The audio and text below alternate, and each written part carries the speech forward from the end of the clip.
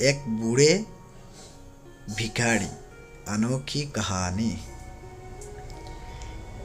एक दिन एक भिखारी दरवाजे के पास आकर भीख मांगता था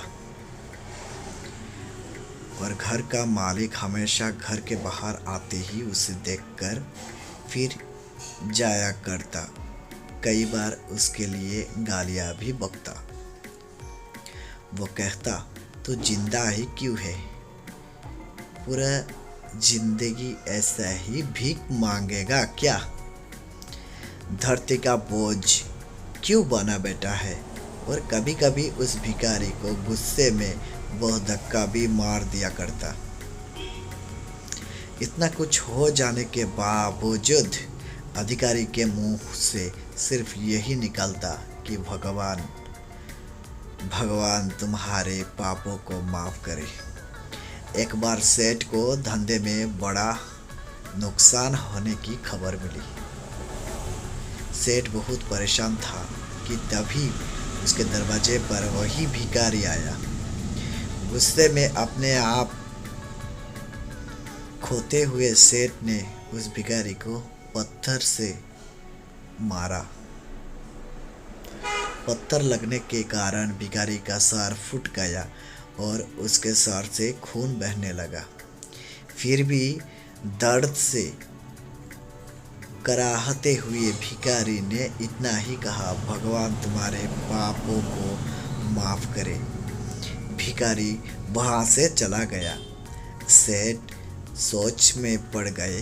भिखारी को पत्थर मारा, फिर भी उसने सिर्फ प्रार्थना की। सेठ को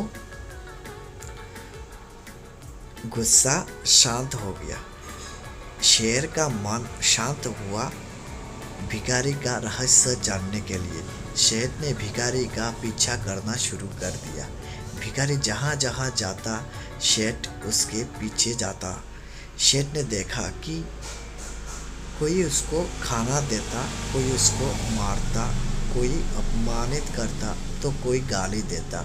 लोग भिखारी के साथ चाहे जैसा व्यवहार करते, लेकिन भिखारी सबके लिए एक ही प्रार्थना करता, भगवान तुम्हारे पाप माफ करे। अब रात होने को आई थी। भिखारी अपने घर जाने के लिए लौटा। वो अपने घर पहुंच गया, लेकिन सेठ अब भी उसका पीछा कर ही रहा था। एक पुरानी टूटी हुई खटिया पर एक बूढ़ी औरत लेटी हुई थी। काफ़ी कमज़ोर और बीमार लग रही थी।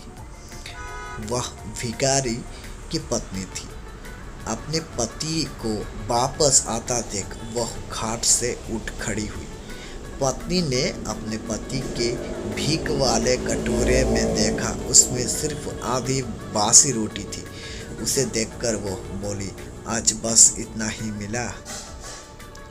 और हाँ, आपके सिर से खून निकल रहा है, ये चोट कैसे लगी? बूढ़ा भिखारी बोला, आज बस इतना ही मिला, किसी ने कुछ दिया ही नहीं। सब ने गालियाँ दी और एक नए पत्थर भी फेंकना, इसीलिए मेरा सर फट गया। एक गहरी ठंडी सांस लेकर बूढ़ा भिखारी फिर से बोला, यह मेरे ही पापों का फल है। तुम्हें याद है कुछ सालों पहले हम कितने अमीर थे? क्या कुछ नहीं था हमारे पास? हमारे पास हर चीज़ ज़रूरत से ज़्यादा थी, लेकिन हमने कभी दान नहीं किया। और उससे भी बुरा हमने उस अंधे भिखारी के साथ किया जो हमारे द्वार पर भीख मांगने आया करता था।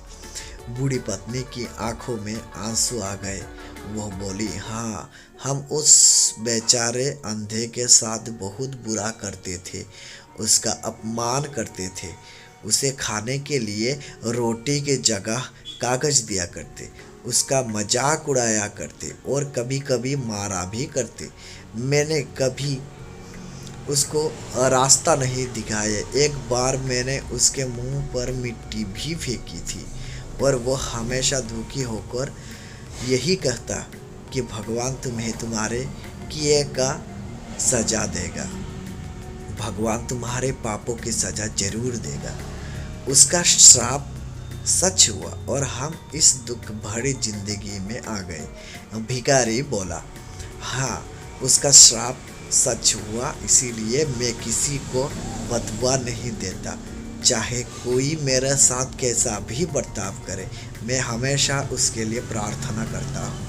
मैं नहीं चाहता कि कोई भी हमारे जैसे ज़िंदगी का अनुभव करे। किसी को भी हमारे जैसे दुखों का सामना करना पड़े।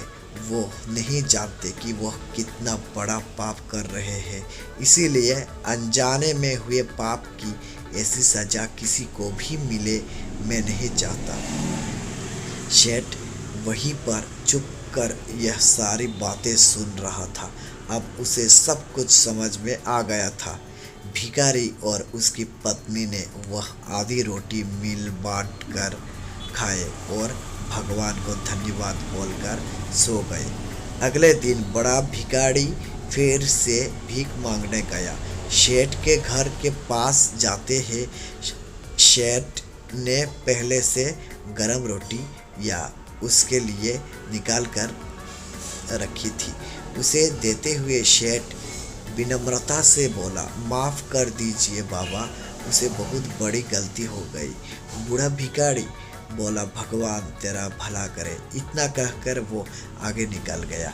इस कहानी से जो सीख लेने लायक है वह बड़ी ही सिंपल है कि आदमी चाहे किसी के बारे में बुरा कहे या भला करे, लेकिन भगवान सिर्फ कर्म के हिसाब से उसका फल देता है।